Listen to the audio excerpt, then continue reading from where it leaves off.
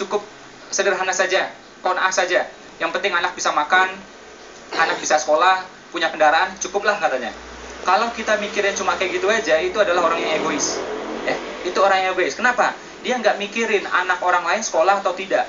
Dia nggak mikirin ponakannya sekolah atau tidak. Dia nggak mikirin orang tuanya, mertuanya sudah haji atau tidak. Nah, kita idealnya menaungi orang lain. Menaungi ini ada dua cara. Ada secara sosial, ada secara bisnis. Nah, untuk itu saya mau tanya dua orang sahabat saya, ya, Mas Sabtuari yang pertama. Kita tanyakan Mas Sabtuari, kaya dan berbagi itu seperti apa? Silakan Mas Sabtuari. Ya, makasih Mas Ipo.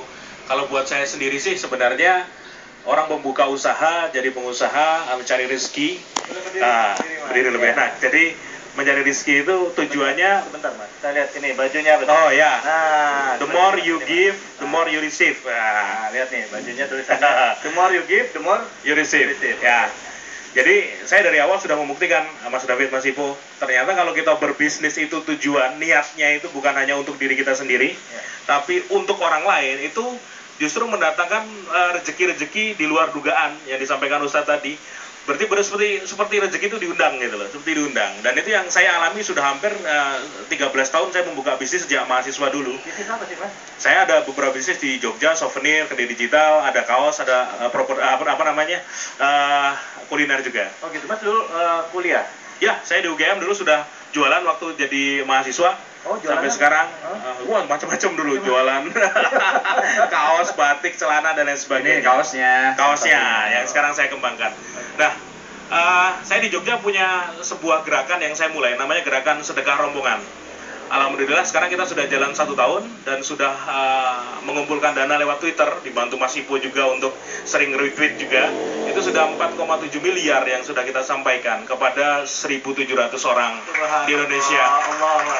Dan yang membuat saya setuju dengan pernyataan Mas Ipo, Ustadz, bahwa ternyata kalau kita tujuannya membantu orang lain, kami yang bergerak di sedekah rombongan itu rezeki itu benar-benar dikagetin terus gitu loh. Ada aja gitu ya? Iya, kita tuh nggak pernah digaji dari sedekah rombongan kan, karena kita semua 100% dana yang masuk kita sampaikan. Cuma tiba-tiba omset naik, ya atau dapat peluang bisnis ini, dan itu dialami oleh semua kami yang ada di sana. Mas, secara teori kita semua tahu mungkin kalau kita berbagi akan dibalas ya kan di Al-Quran juga. Cuman cara memulainya gimana dan besarnya berapa persen Mas? Apa cukup 2,5% ya kan gitu? Kalau 2,5% mah zakat ya Mas ya? Iya kan, orang biasa berbagi hitungannya gitu. Iya, betul. Ada zakat nih. Saya sarankan sih minimal 10-20%. Bahkan saya punya seorang kawan di Jogja itu yang sampai 50% dari penghasilan dia. Tapi dia sendiri ngasih testimoni rezeki dia gila-gilaan luar biasa. Meledak-ledak bener. Dari setengah dari penghasilan dia itu disebar kepada orang lain. Dan itu luar biasa. Coba sekarang kita tanya lagi nih Pak Roni. Mas Roni, ya. Pak Roni ini beliau adalah salah satu pendiri komunitas TDA, ya, salah satu komunitas bisnis yang TDA, tangan di atas. Tangan di atas. Kaosnya tunjukin. Terbesar di Indonesia. Mungkin bisa sharing sedikit Pak dengan konsep tadi kaya dan berbagi seperti apa Pak? Ya, tadi pagi saya baca satu pernyataan di Twitter gitu ya. Dia bilang begini, bahagia yang mendalam itu adalah ketika kita membahagiakan orang banyak. Ya. Jadi ada satu titik di mana ketika kita sudah cukup sebenarnya, rumah sudah punya satu, mobil sudah punya satu, yang kedua itu kan bahagianya kan lebih turun gitu kan kata Ustadz tadi gitu kan, rumah juga sudah punya segala macam. Jadi itu ada alami calling ya, ada Maslow gitu bilang kita kan butuh suatu meaning dalam hidup. Ya. Bagaimana? Saya waktu itu pernah iri dengan orang yang dia itu berbisnis, dia juga bisnis nggak besar dan juga dia sekolahnya juga nggak tinggi, tapi sambil berbisnis puluhan mungkin ratusan orang tertolong oleh dia. Caranya bagaimana? Dia bekerjasama dengan memodali pemuda-pemuda dari kampungnya, kemudian dia bagi hasil. Sedangkan saya sarjana, hidup saya nyaman dengan keluarga, kok saya nggak bisa begitu gitu. Tapi saya nggak tahu gimana cara saya ingin melakukan yang sama gitu kan. Akhirnya ya saya mencari-cari, ketika inspirasi itu hadir, saya yakin gitu, tangan-tangan Allah dari arah yang tidak sangka-sangka itu akan muncul satu ide, muncul satu konsep, muncul satu sinyal, ini loh yang kamu lakukan. Nah, akhirnya saya pada suatu hari punya ide untuk membuat blog. Saya tulis kisah-kisah yang menarik, ya, kisah-kisah bagaimana saya berbisnis segala macam. Dan akhirnya kemudian itu mengundang banyak sekali orang yang sampai sekarang ini mungkin sekitar 20.000 orang dari seluruh Indonesia. Dan kita bikin gerakan bersama, yaitu sejahtera dan maju bersama dengan konsep berbagi dan ikhlas untuk membantu teman-teman supaya semua maju. Saya pernah jatuh sendirian, berbisnis.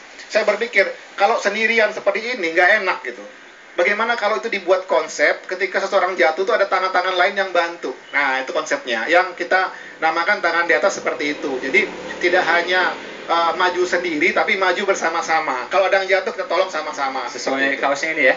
Iya, tangan di atas seperti itu. Tangan di atas lebih baik daripada tangan di samping, daripada tangan Ini di belakang juga. dan tangan di bawah. Iya.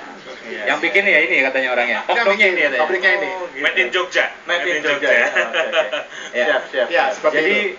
jadi kan sebenarnya kita bisa bahagia kalau kita membahagiakan orang lain. Betul, Kita setuju. cepat suksesnya kalau kita berusaha mensukseskan orang lain, ya. Dan kita kaya pun ya, jadi kaya pun kalau kita berusaha mengayakan orang lain. Kurang lebih gitu ya. Sebentar, ini Ya. ada satu pertanyaan nih. Bagaimana dengan orang yang punya anggapan begini? Kalau gimana saya mau nolong orang lain, sedangkan diri saya sendiri butuh pertolongan, gitu. Oke, jawabnya nanti ya. Ya. Jawabnya nanti. Ipo nanti akan menjawab dan juga memberikan kesempatan kepada Anda yang mau bertanya kepada Ipo dan juga Ustadz Abu Sangkan. Jadi tetaplah di sini, tentunya hanya di Wasa Ramadan.